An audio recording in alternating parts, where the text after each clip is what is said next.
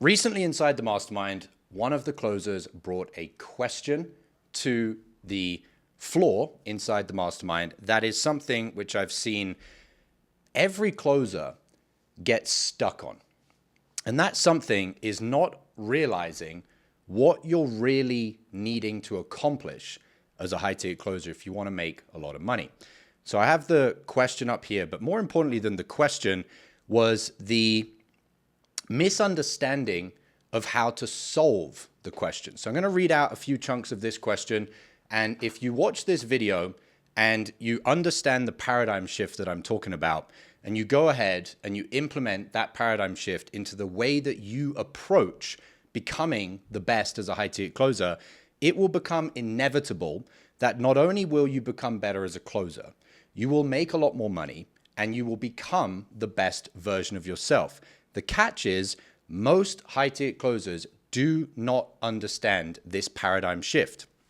And it is the difference between the paradigm that you're currently living and the paradigm that I'm going to reveal to you in this training. It is the difference making that switch, which is why you are stuck, why you are stuck financially, why you are stuck in terms of feeling like you're progressing as a person, and why you're stuck in your sales results. So let me read out a little piece of this message here, and I'm not going to name the names of who it is, but the person is on this training live with us, and so they will know who it is. So the opening said, help, help, I lost my boundary. I lost my boundary. So they go on to say, I had a prospect today that really rocked me. They got on a call and they immediately wanted to stop the recording. I told her I was happy to not record and turned it off. Moving on from there, I started to set the frame. And then this prospect began to go in on me and why they couldn't find my credentials online and began to ask me who I was and what my credentials were. They then started to tell me that I looked too young and that was a problem. I could go on, but the moral of the story is when I tried to enforce my boundary, I wasn't able to. I gave in and I answered their questions knowing that I would lose the power on the call. Goes on to say, at the end of the call, I was very upset about this because I know that I shouldn't have let my boundaries go and shouldn't have acted in a way that was pleasing the prospect and placating to the prospect. And it was that behavior that got in the way of closing the deal, got in the way of showing up the way that would serve the prospect, and ultimately got in the way of what I'm about to reveal to you is the big paradigm shift that you need to make as a high-ticket closer if you want to go to the top 0.0001%. Goes on to say, I felt like I did something wrong and that I was bad, but it was so hard for me to hold my boundary. And ultimately, I allowed them to violate that boundary. It brought me back to a place where I felt like, and it goes into some personal stuff that I won't say, but some things that were personal to this closer as far as reminding them of some internal challenges that they needed to work through. So the moral of that introduction is that this closer says, it was so hard for me to hold my boundary. And this is nothing to do with this individual closer. This is every single closer that is not making the money that they want to be making and not becoming the person they want to become. That is the misunderstanding that you are not on a journey to learn sales training. You're not on a journey to learn what to say in this scenario, how to say a certain thing, when to say a certain thing, how to do follow-up, how to do objection handling.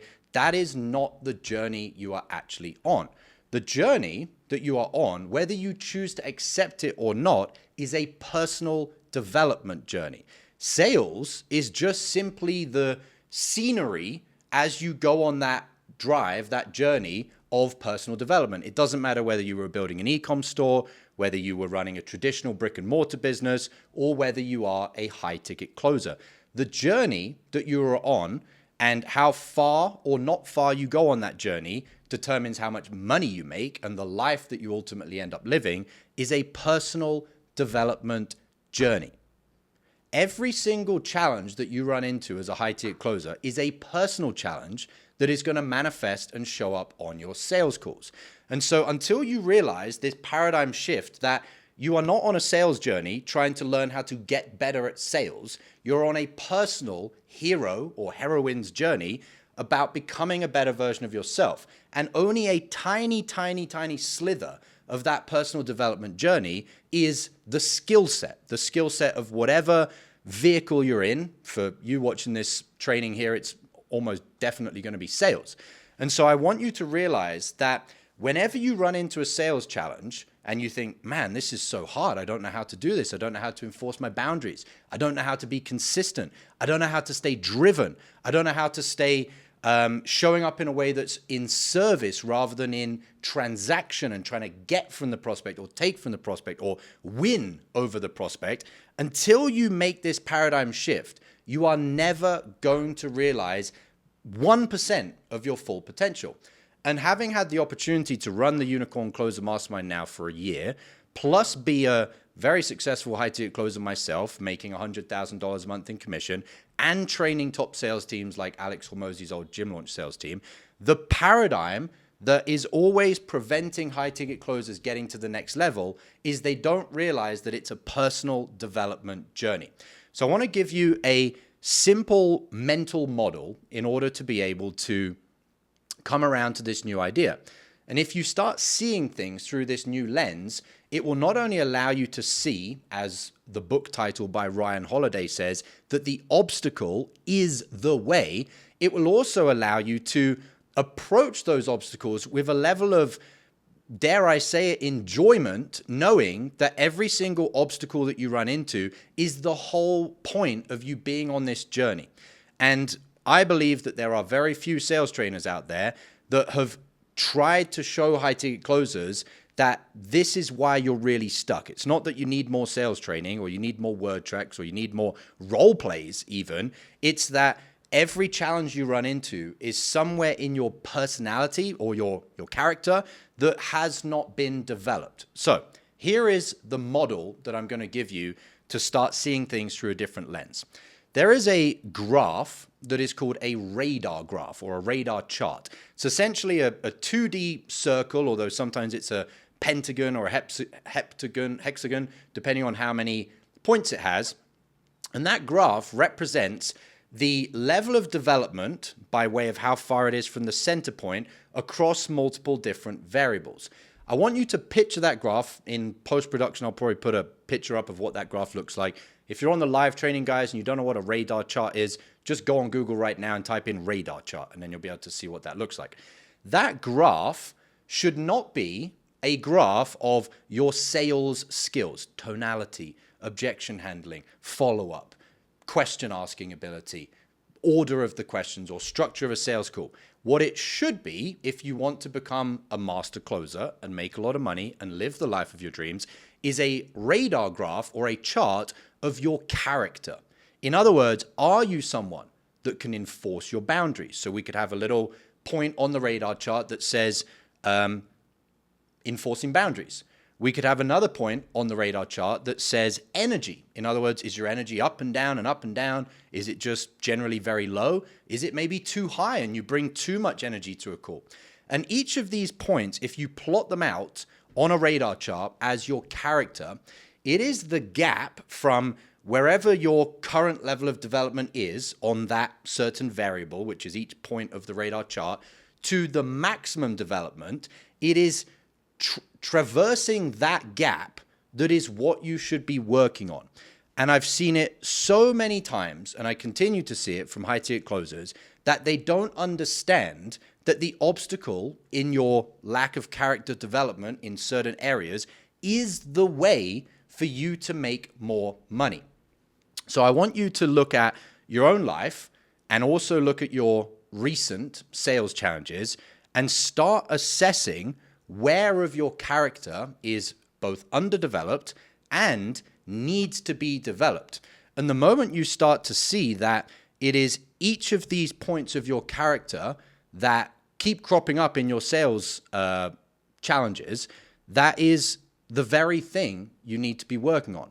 And if you come to that realization, you will start to see that whilst you do need sales training, because your ability to speak, your ability to ask questions, your ability to navigate a conversation is definitely a piece of it, it is such a small piece in the big picture, in the big scheme of things. And so that is what I wanted to share with you today is realizing that the challenges that you will continue to face, the challenges that you are facing right now, are opportunities, are doorways, are messages, if you want to say that, of this is the hero's journey that you need to go on. Every closer has one of those points on the radar chart that is the next big thing. I'll not name names of closers in the mastermind, but I could say that we have one closer whose biggest challenge is that they doubt themselves. They're actually a very good closer. They're very skilled, but they doubt themselves. It's that self-doubt. It's that insecurity. It's that worry that is the obstacle, that is the way to the next level of financial success. We have other closers where the personal character gap that needs to be developed is enforcing boundaries. We have other closers where the personal gap as far as their character is they rush things. They take a sales call, they want to go from A to Z with 2 questions, and therefore they miss out a lot of things. It's not that they don't know how to sell. It's not that they don't know what questions to ask. It's not even that they don't know when we review the call that rushing, that necessity to jump corners is their leak, is their gap, is their money leak, as I call it. They're aware of that. But you will never be able to tackle these personal challenges if you hold on to this old paradigm over here that it's not your personal character flaws that need to be worked on, it's just your sales skills. Once you've passed being an absolute beginner in sales and you understand, okay, I close deals by asking questions, is basically it. Once you've passed understanding that and knowing how to speak in English, if you're closing in English, it is always going to be your personal leaks that are costing you more than your sales leaks. So if you're not where you want to be as a closer financially, not living the life that you want to live, and you're sick and tired of not seeing a massive amount of progress, the one paradigm shift that you need to make is realizing that every single time you don't do on a call what you're supposed to be doing, and most probably know you should be doing, it is choosing to direct yourself to the personal development that is going to fix that problem. Yes, sometimes it might be a little bit of sales training you need, but more often than not, you know what you should be doing, you're just not doing it. And the reason you're not doing it is because you need to develop your character. Let's look finally to conclude this at the other side of things. Imagine that radar chart where you are peaked out on every single one of those points. And I know I didn't give you specific points because there isn't a list of, hey, these are the 6 points. They could be different for different people. How you want to label them, how you want to phrase them could be different. And that's totally up to you how you want to do that. But there are certainly a number of different character traits, whether that's being professional, patient, caring and living in service, whether that's being someone that's strong, has a strong character. There's a number of different variables that are going to be the character traits of the best version of you. And most likely, the character traits that would be the best version of you would also be the same character traits of the best version of someone else. This is what we would call an archetype. In other words, it's a template. It's not, oh, for one person, the best version of them would be a strong person, but for another person, the best version would be a weak person. Obviously not. Both people need to have the capability to be strong and to enforce their boundaries. So if you imagine this radar chart where you are maxed out, you are player one that has maxed out your stats, maxed out all the different areas of your character, where would your life be? That is the big question. Where would your life be if you were patient, if you were strong-minded, if you were disciplined? In other words, you're doing the activities you need to do. If you were full of abundant or boundless energy and you never were really that tired, apart from at the end of the day, you go to bed and you wake up and you're refreshed again. Where would your life be if you moved your focus from just needing the next word track or just needing the next role play to, holy shit, I lost that deal because of something that I need to develop in myself? When you realize that this is just a hero's journey or a heroine's journey, if you're a female watching this, and you actually start approaching your sales career as a life personal development journey, that is when you will unlock the best version of yourself, which comes with more money than you would know what to do with and more opportunity than you would know what to do with, because it's the person that attracts everything to them, not seeking skills to then earn money. You have to realize it's a personal development journey. So that's all I have for you today. I recommend that you look at maybe getting a template of a radar chart and plotting out some different values. Think about, where are the values that you know you're losing money from? Being impatient, as an example, not holding boundaries. Plot those out. Just give yourself a visual that allows it to be in your subconscious mind, and then start thinking about, on a daily basis, okay, I need to upgrade. I need to level up my character. I need to become a better version of myself. Instead of having challenges and looking for, what should I have said? What should I have done? Can I do a cool review? Can I do a role play? Start looking at it on a much more abstract level and realize it's a character deficit that I need to upgrade. And start visualizing in your mind the radar chart of you, whatever your name is, whoever you are watching this video, as a person, as a human being that has maxed out all of the stats. It's no different to a video game. If you used to play video games which were car racing games, or you used to play video games that were adventure games with an individual, on a car racing game, every time you get more points, you upgrade the brakes, then the engine, then the traction, every different part of the car. For some reason, you might upgrade the bodywork, might be more aerodynamic. If you're playing a first-person game with an adventure character, you might upgrade their weapons that allow them to defend themselves, or the weapons that allow them to attack, or the things that allow them to navigate the world. You are player one, and you need to look at yourself as player one and realize that is the game you're playing if you truly want to become the top 0.001%. So that's all I have for you. I'll see you in the next video. Yep, I recommend, Brian, if you feel called to actually creating a radar chart, and just take a guess at some character traits.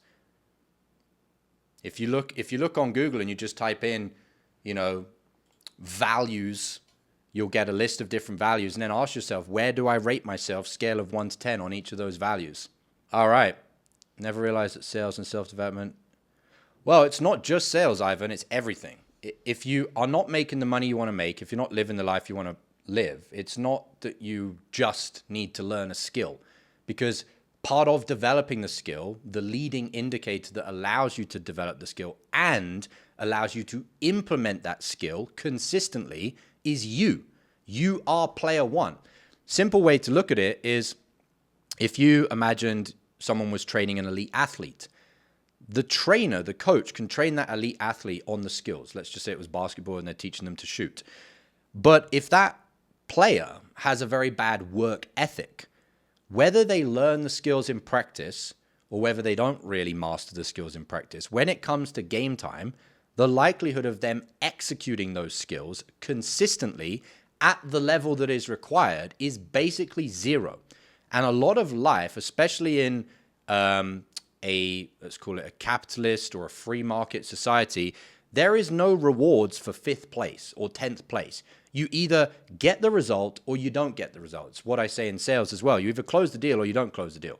Yes, you can have a few sales that roll through from follow-up, or people that just went off and thought about it, something happened in their life and they come back. But for the most part, you either execute or you don't. There's no, well, I 50% executed, so I got a, imagine if your commission was $1,000 a sale. Well, I did 50% of the call, so I got $500. It doesn't work like that. You get $1,000 or zero. So the work ethic of the player one, which is you, has to come first, and then the skill is just a tiny, tiny part of that. The work ethic allows you to actually show up and implement and execute. Same goes for marriage. Yeah, that's very true. You can simply upgrade your character traits to become the best player in the game. Yeah. The big thing is, I'm not singling out this one individual. Some of you may know who it is that posted this. This is all of you. And it's all the people that I've trained that are not in this mastermind from years ago. And it was myself. When I was like, oh, I lost a call, I need to ask what do I say? It's not what to say. It's how do I need to be so that I actually can know what to say and implement what to say. It's always a personal leak. Can I give examples of scenarios where people might think certain gaps are a skill set issue, but in fact, it's related to our personal leaks? Yeah. Anytime we've done a role play and I pause the role play and I say, so what's going on? And most of you sit there and go, I'm not really sure. And then I say it and you go, oh, damn, yeah, that was so obvious. Well, if it's obvious, it means it was already inside of you that you had that awareness. There was just some part of you that wasn't tuned in, switched on enough, present enough, clearing your mind so you can actually focus and see what's going on. It's not a skill issue because you already knew what I was saying. You just didn't say it, didn't think it, didn't feel it, weren't able to execute. The other thing that I've said many times with scriptless selling, as opposed to scripts, is it very minimally matters how you word the thing that you're trying to say. What matters is you know what you're trying to say, you know what you're thinking, and then you say it, and the gap from thinking and doing is not some misalignment in your character that makes you distort or warp or minimize or over-exaggerate what you're actually thinking and feeling. And then when you execute it and you go and say it, it comes out completely different. It comes out distorted. It's like, this is what I think, this is what I feel, I'm just going to go for it and say it. Kind of like Ivan just mentioned doing that whole rant in one take. There were parts of it where if I could go back, I would cut it out, I would change it, I would say other things. You just got to go for it. And that's part of developing your character, who you become. All right, anybody else got any thoughts, takeaways, questions? Nope. All right, let's roll into role plays.